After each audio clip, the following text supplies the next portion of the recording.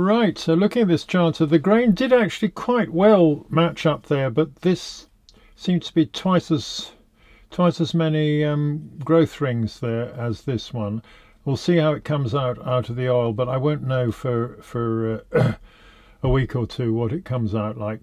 All my chanters get numbers stamped on them, and the last one was 750 for the small pipes. So this one's going to be 751. It's quite simple, just 7, 5. It means if anyone finds one second hand or whatever, I can actually trace it just through the chanter number. So 751. It doesn't get a name stamp put on it until after it's come out of the oil and dried, and I like to leave chanters drying for at least 6 months before using it. Chanter 751. Okay, so that was Chanter 251 that you've seen being made. Its next phase is it'll get dunked into an oil of a tank of linseed oil, and then I'll suck all the air out so that all the air comes out of the wood, and then I'll pressurize it and warm up the oil as well. I think I've mentioned this on other videos already about how that does. It then gets left for about six months before it gets before I put finger holes in it. It's a D Leicestershire small pipe, which is my design. With the last video, I don't think I made it very clear about the hole drilling. I drill holes in the finger holes in the chanter after 6 months or a year or something, and I have an arrangement here that the 2 rails here, parallel rails, and the drill that works right to the center there. I don't know whether you can see there's a center line there, so that lines up to there, and I have a whole series of different, I don't know what you call cradles for different chanters, and the cunning way I store the information is on old hacksaw blades.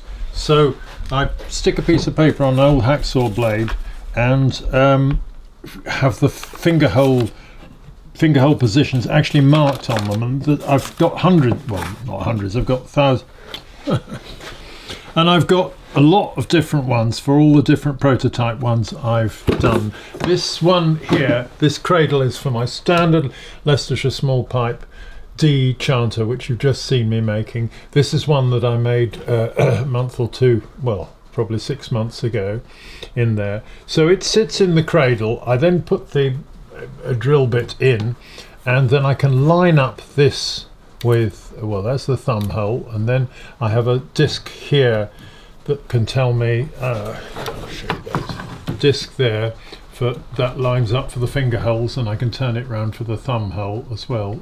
Shows me the positions, so that holds it in place, locks in, and then I can find exactly where the finger hole position is, and this gives me flexibility, because there are occasions when you notice a few chanters, one of the notes has been a bit sharp or something, so you can then move it down a little bit and rub that out. So that's how I store all my information, and that's how I drill holes in all my chanters. Right, all the pipes that I've ever made, all the chanters have numbers on them, so I can track when I made them and who for.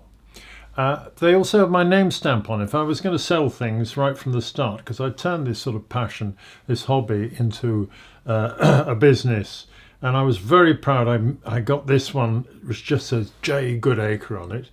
I got that made. So if you've got a set of pipes, if you find one on eBay, or if you've got one with that on, then it's a very, very early one.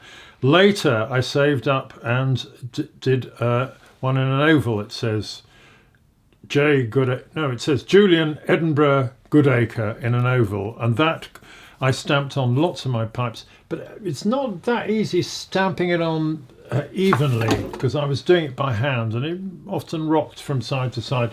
I then moved to Peebles in 1990, so I got a new one that says Julian Peebles Goodacre on it.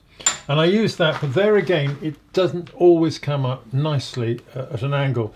So it was my instrument maker, Phil Bleasy, who told me about having a rolling one a rolling one.